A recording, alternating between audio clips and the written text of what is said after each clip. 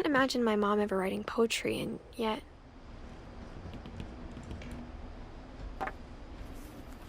A poem for Gus, who always said the wedding was a bad idea. Our father never hit us kids, at least not very hard, before the day my brother said with teenage disregard that he'd be dead before he'd see a wedding in our yard.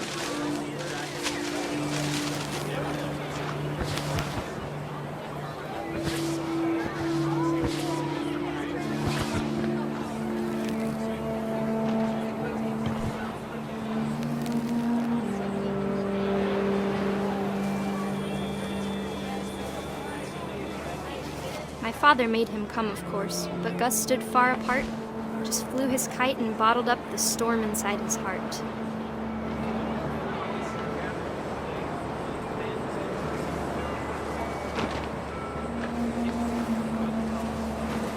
I tried to talk him out of it, but though he'd never met her, "We don't need a stepmom," were the words that I now pronounce you husband and wife.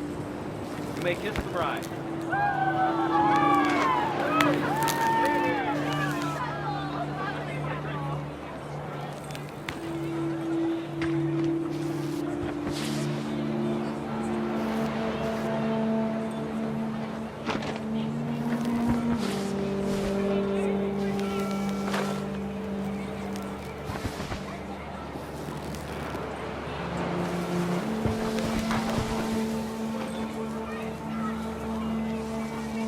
When the time for photos came, Dad ordered him to come here.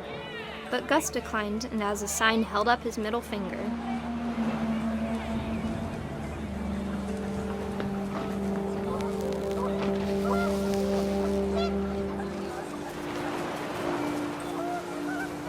The wind picked up, and panicked geese appeared and quickly went. But all the humans did that day was go inside the tent.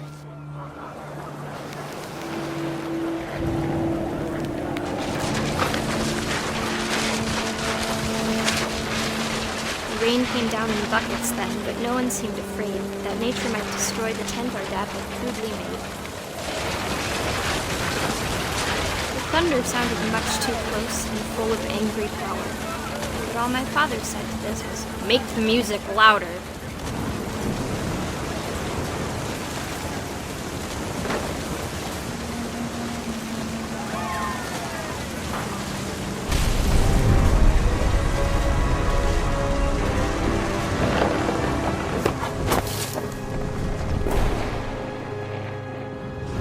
I wish that I could truly say I thought about you on that day. Out there on the beach alone, just you, the wind, the sea, and foam. But I didn't, until we found you.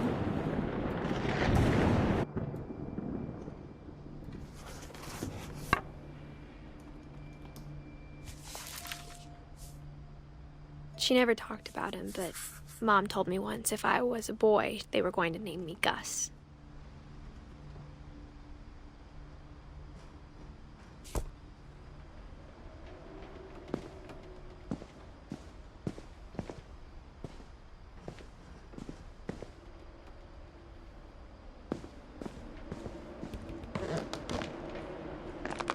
My mom moved up to the loft after her brothers died. At the time, it was as far away as she could get.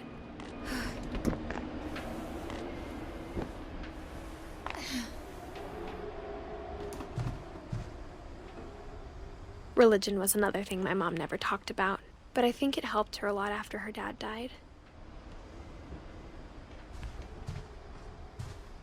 She spent a summer building houses in Calcutta, where she met my dad, Sanjay.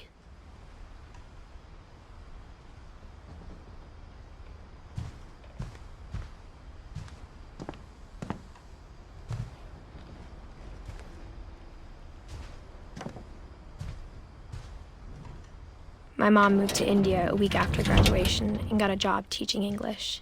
Louis was born a year later.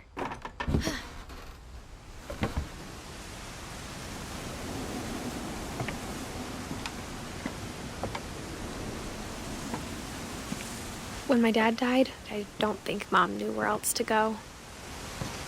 I'm sure Edie was happy to have her back. and to see kids in the house again.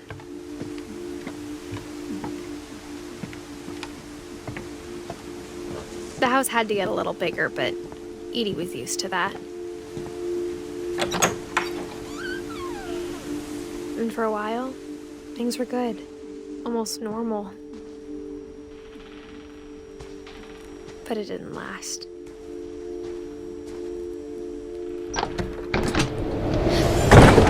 The beginning of the end was Milton's 10th birthday, when Edie gave him a castle.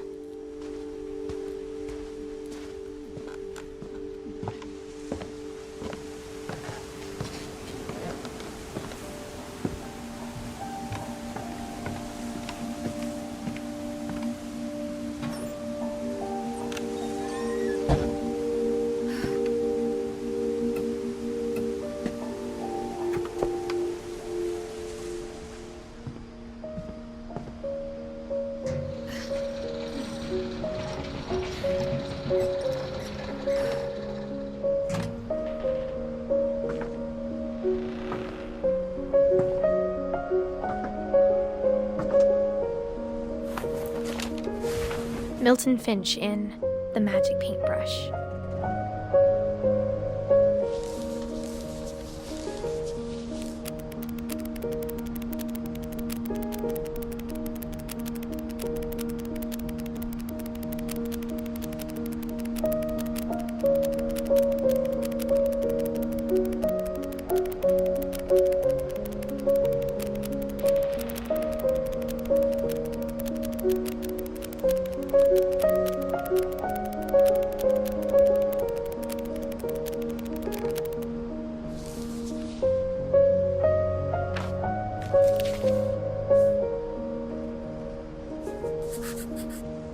I was 4 when Milton disappeared.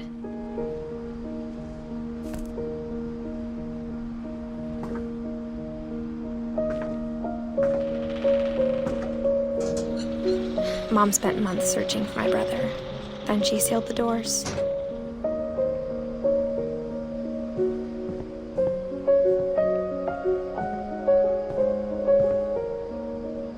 Whatever Milton had found in the house, Mom didn't want it getting out.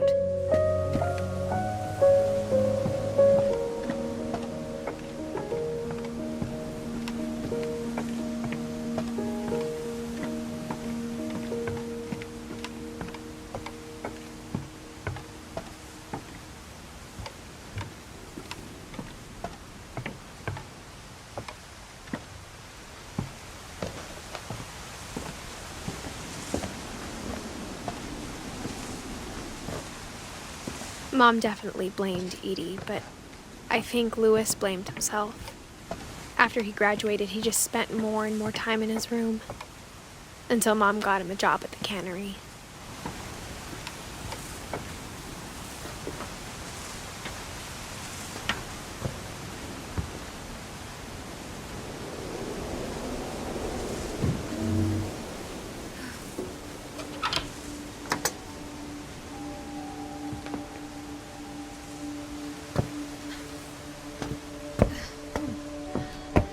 Louis's room smelled very, very familiar. That part of him lived on.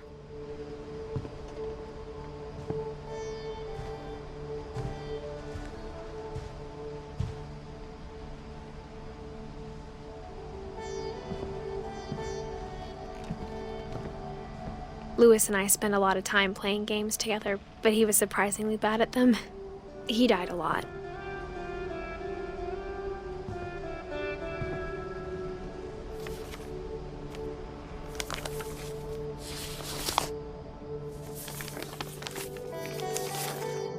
Dear Mrs. Finch, as Louis's psychiatrist, I can understand your desire for an explanation.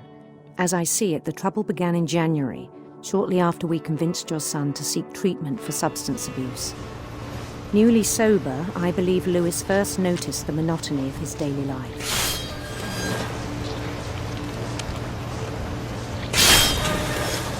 He kept working at the cannery, but he withdrew part of himself. In our sessions, I saw the same behavior. His mind began to wander. I asked him to describe it. He said he started small, imagining a labyrinth.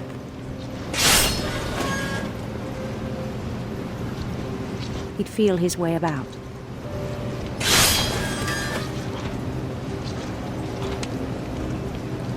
Then something moved. Bats and toads.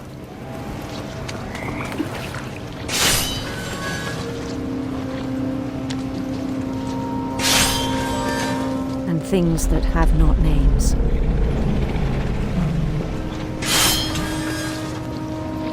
He knew it was all in his head.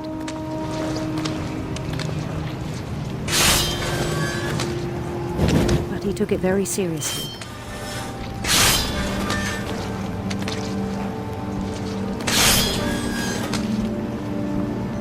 I had hoped he'd find himself.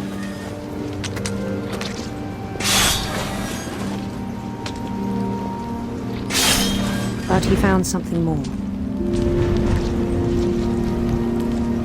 I worried about him then, daydreaming at the cannery. I spoke with his boss, but he said Lewis had become a model employee. Methodical, tireless, focused.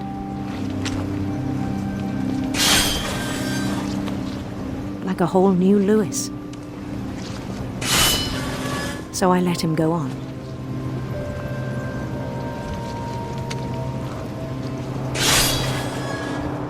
I even encouraged him. It seemed very promising at first.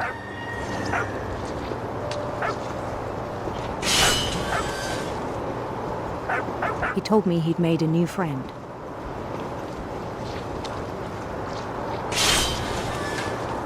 On the edge of a city he named Lewis Topia. He built the city up slowly, brick by brick. Then he made musicians.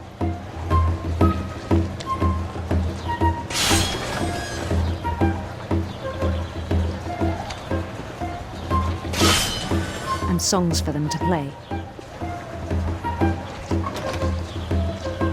He talked about starting a band.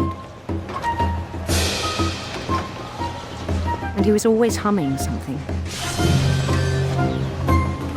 Every day his imagination grew stronger.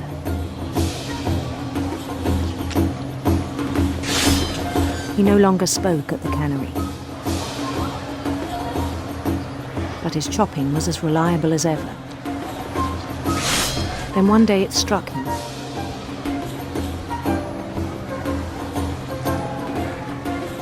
That all the cheering crowds, even the stones under his feet, were all in his imagination. So he could do whatever he wished.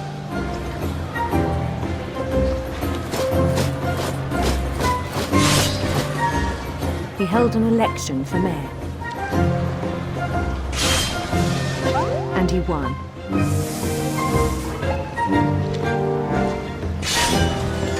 They begged him to stay, but his mind was already wandering. It became a game for him.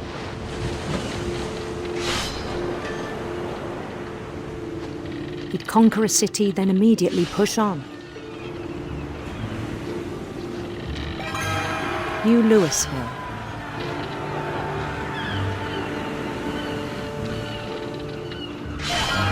St. Louis. He started drifting away from our reality.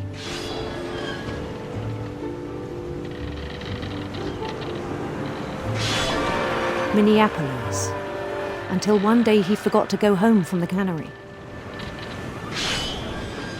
Even as his mother pleaded with him, part of Lewis kept sailing on.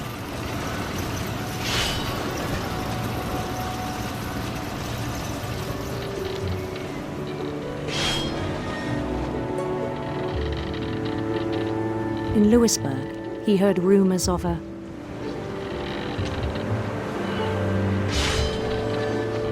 handsome queen.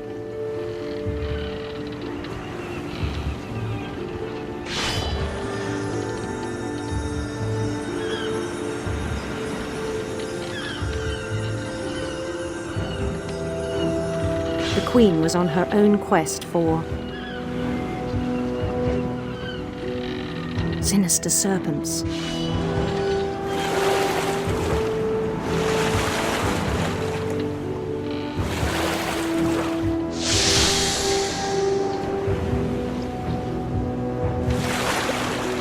He followed the sound of her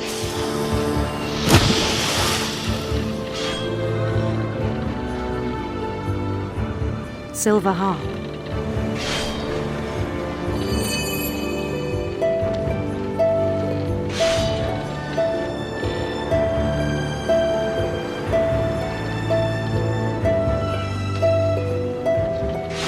His chase led him to a golden palace east of the sun and west of the moon. Even then, his logic remained sound.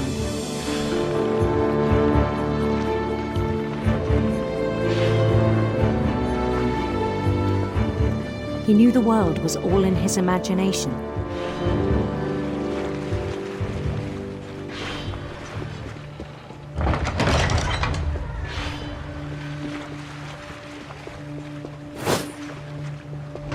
But he was so proud of having created it.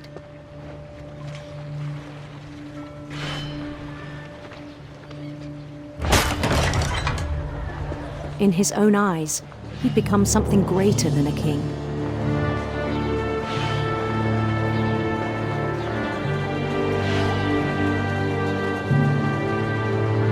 For someone who'd never known success in the real world, I think it was overwhelming.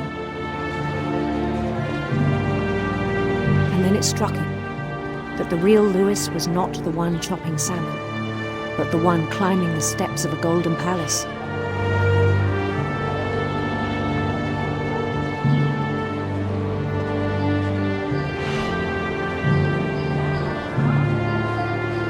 My imagination is as real as my body, he told me.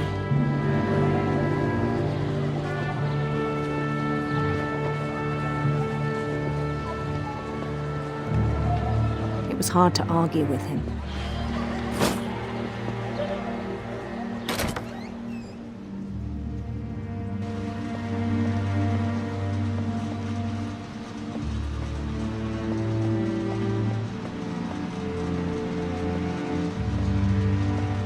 Began to forget the world we know.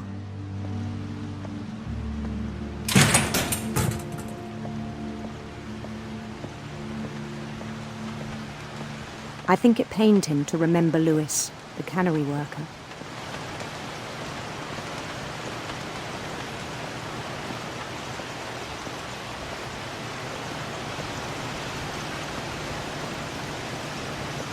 He began to despise the man with a royal contempt.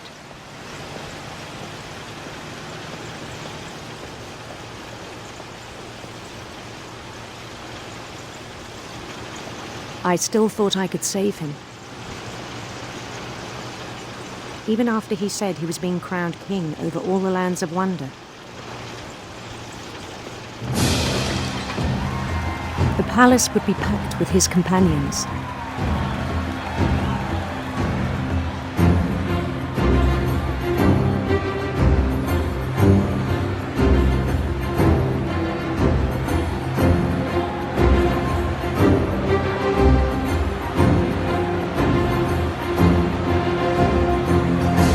Including the wise Calico who'd insisted on advising me.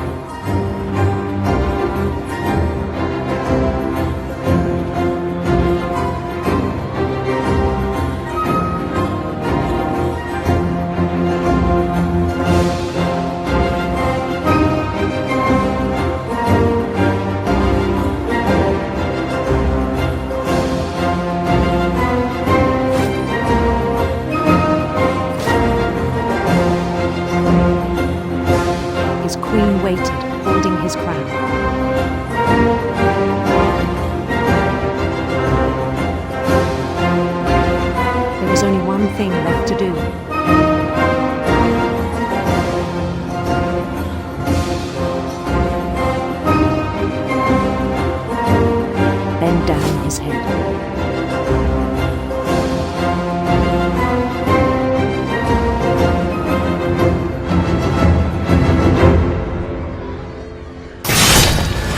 rest I think you know. Mrs. Finch, your son was a kind man who will be missed by all of us who knew him.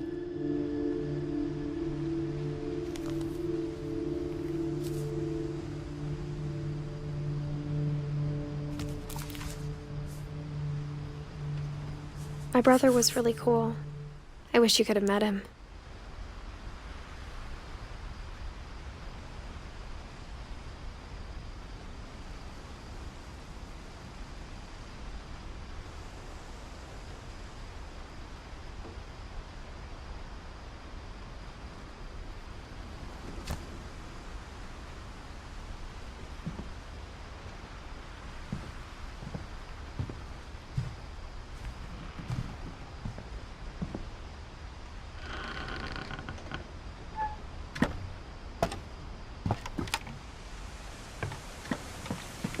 On the way back from Lewis's funeral, my mom told me to start packing. She waited until the day before we left to tell Edie.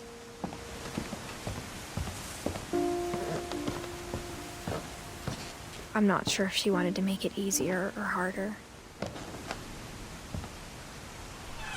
I wish we'd stayed. But I understand why we left.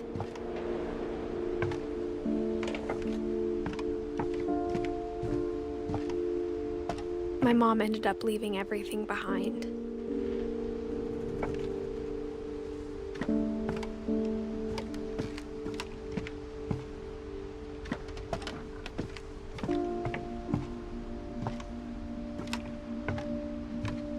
What happened that night had been coming for a long time. Maybe it should have come sooner.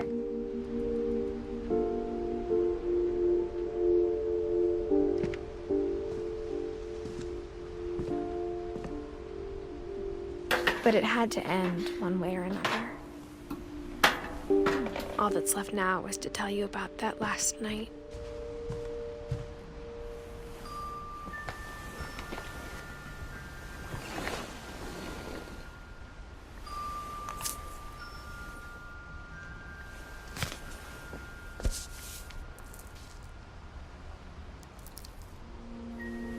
That whole last day, Edie just watched us pack and didn't say a word. Until supper, when she raised her glass and said, "To our final night together, and all our final nights apart." Grandma, you know what I said about alcohol. Some of your medications are very Edith, specific. I left a present for you in the hallway. Why don't you go open it? The grown-ups have to argue now. I'm sorry, you're right. We're all leaving tomorrow. Let's just enjoy our last... I'm not leaving. Edith, you're excused.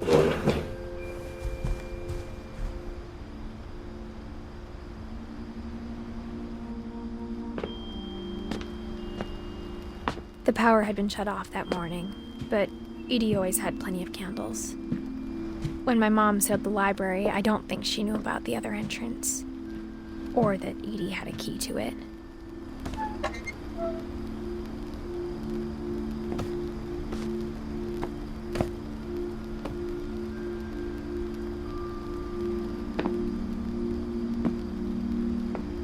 That thing you're afraid of isn't going to end when you leave the house.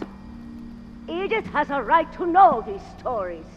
My children are dead because of your stories. I think it's best if Edith and I leave tonight.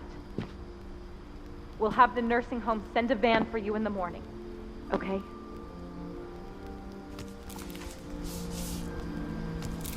Dear Edith, there's so many stories I wish I could tell you, but there's only time for one. This is about what happened on the night you were born. That night, the tide went way, way out. It was the first and last time I ever saw the old house aground. There'd been an earthquake out in the middle of the ocean. They called it the lowest tide in 1,000 years. God, it smelled awful. You know, I've seen that house every day of my life.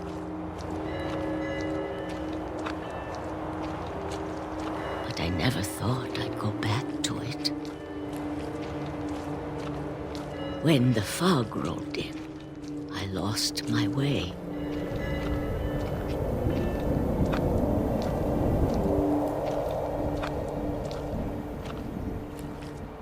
I got turned around.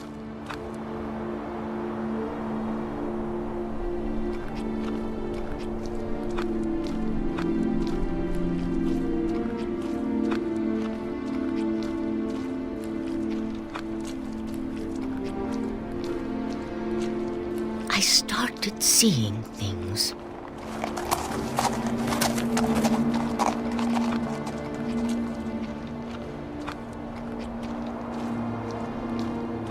Things I'd forgotten had ever existed.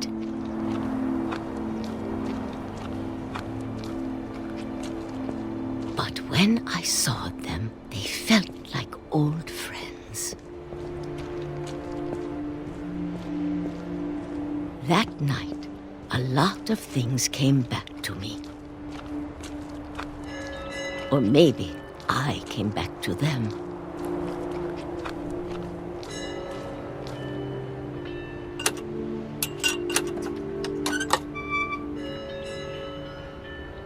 Things I can't explain, but that I need you to try and... Edith, what are you doing in here? It's mine. Edith! Mom, you're gonna rip it! Let go! I kicked and screamed, but Mom dragged me to the car. I never saw Great-Grandma Edie again. The next morning, the van came to pick her up, but she was already gone. After that, we moved around a lot.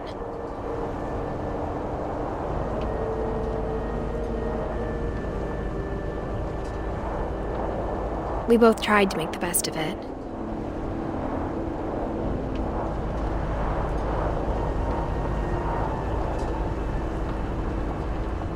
A few years went by.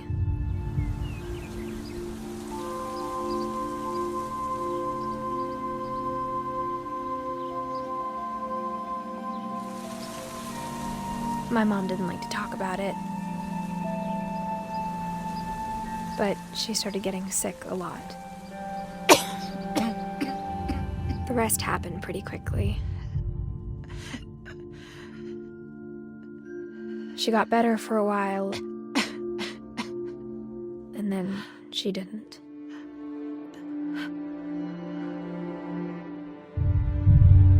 And then I was alone. The last Finch left alive.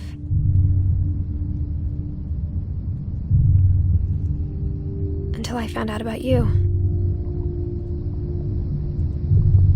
I'm still not sure what to tell you about all this. If we lived forever, maybe we'd have time to understand things. But as it is, I think the best we can do is try to open our eyes. And appreciate how strange and brief all of this is. This journal was supposed to be for you. But now I hope you'll never see it. I just want to meet you and tell you all these stories myself. But I guess if you're reading this now, things didn't work out that way.